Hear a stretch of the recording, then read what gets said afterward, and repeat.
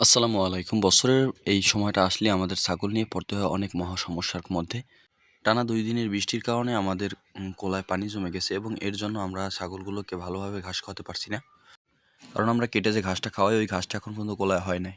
এই ঘাসটা হবে এখনো ১৫ থেকে ২০ দিন পরে কোলায় বড় হওয়া ধরবে। কারণ যে সময় কোলায় পানি ওঠা শুরু করে, ওই পানির কারণেই মেইনত হলো যে এই কোলায় ঘাস হয়।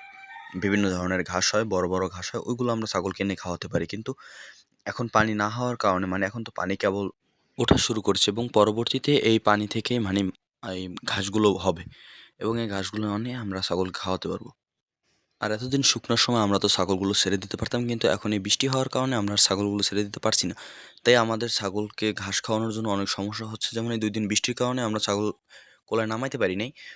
এবং এর জন্যই আমাদের ছাগল করতে পারি ঘাস ঘাস খাওয়াইতে পারি না ভালো করে।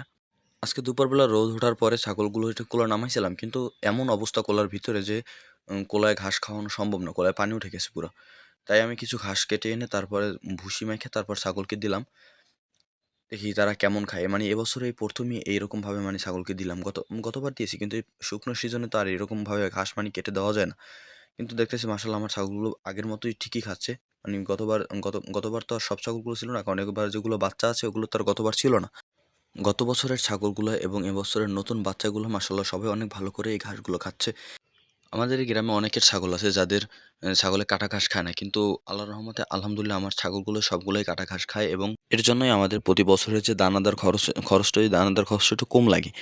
দানাদার খরচ কম লাগার কারণেই একটা খামারি অধিক পরিমাণ লাভজনক হতে পারে। পরিশেষে একটাই কথা, ছাগল গরু পালন যাই আপনি করেন, কিন্তু পর্যাপ্ত পরিমাণে ঘাস লাগবে। কিন্তু ঘাস যদি না থাকে তাহলে আপনি দানাদার খাবার খাওয়াইয়ে জীবনেও ছাগলের বা গরুর খামারে লাভ